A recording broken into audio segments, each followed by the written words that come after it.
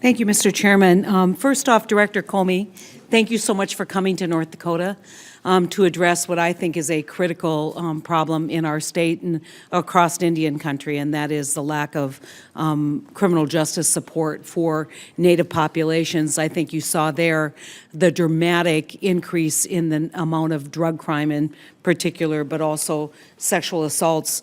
Many of the communities that I visit with tell me they feel under siege. A lot of when I challenge them to say, what are you doing, they tell us that the communities are terrified. And so I know you and I may have a disagreement about the need for additional resources, but we certainly want to find out what it takes to staff up to protect these communities, especially given the unique role the FBI plays in Indian country in terms of your primary jurisdiction. I want to just make a point. I'm just going to make some quick points and just get things on the record, probably not as many questions.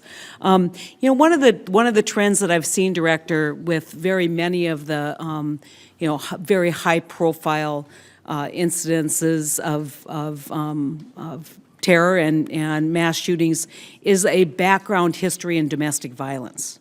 I think that taking a look at the InstaCheck system, taking a look at, how domestic violence plays into this and what we need to do to maybe pay more attention to those early warnings of someone with a violent background, it seems, I'm not saying every person who commits an act of domestic violence could become a terrorist, but I think if we looked at those circumstances, we're seeing more and more of that. And so I would just maybe follow up a question on the InstaCheck system, domestic violence, what are we doing to close those loopholes?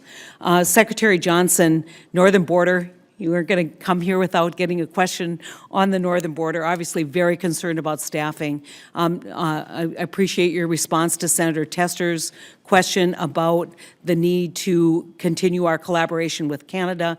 We're blessed on the northern border with a relationship, law enforcement relationship that's been historically very collaborative, and I think we can double our impact on the border if we continue to advance the work that this administration has started with the Canadian government. I want to talk about drugs on the southern border. I've spent a fair amount of time on the southern border.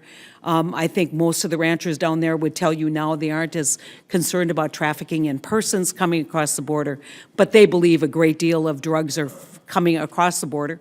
In fact, I recently received a picture of a cannon that shot marijuana across the border, and I know you've seen those as well. Going back to the questioning with, or the discussion with, I guess not much discussion, the diatribe with Director Comey, one of the challenges that we have is methamphetamines in my state have gone from $600 an ounce to $300 an ounce. I honestly believe that's supply driven, that we're seeing more and more coming into the country, and that if we are going to have a logical discussion about issues regarding immigration, we need to take a new look at border security and make sure that we're doing everything that we can to respond to what people on the ground are actually seeing. I really appreciate all the men and women in blue and green who work for your agency, who are doing a terrific job.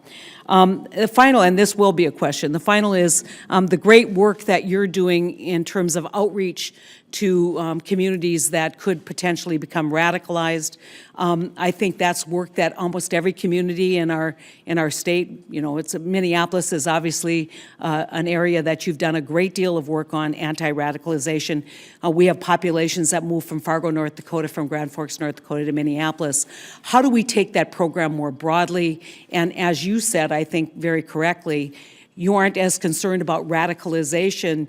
The message coming from the government may not be the most helpful message. How do we get this message into the community, and how do we build those relationships long term?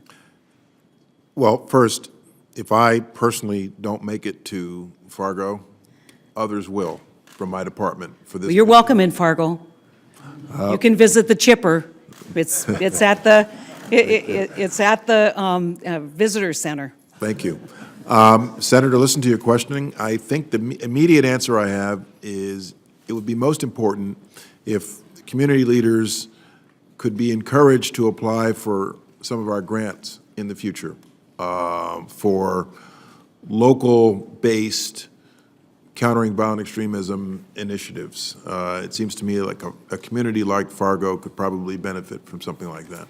I'm absolutely convinced that this community policing model that came out of the 90s, where we actually have dialogues with community members, eyes and ears on the ground, build the trust, is how we are going to do a much better job defending the homeland, but also, the best defense is a good offense. I think that this is great proactive measures that need to be taken. And please, I hope that in the exit of this administration, that this is a project that continues to receive very high priority at the Department of Homeland Security. So thank you so much, Mr. Chairman. I'll yield back the rest of my time.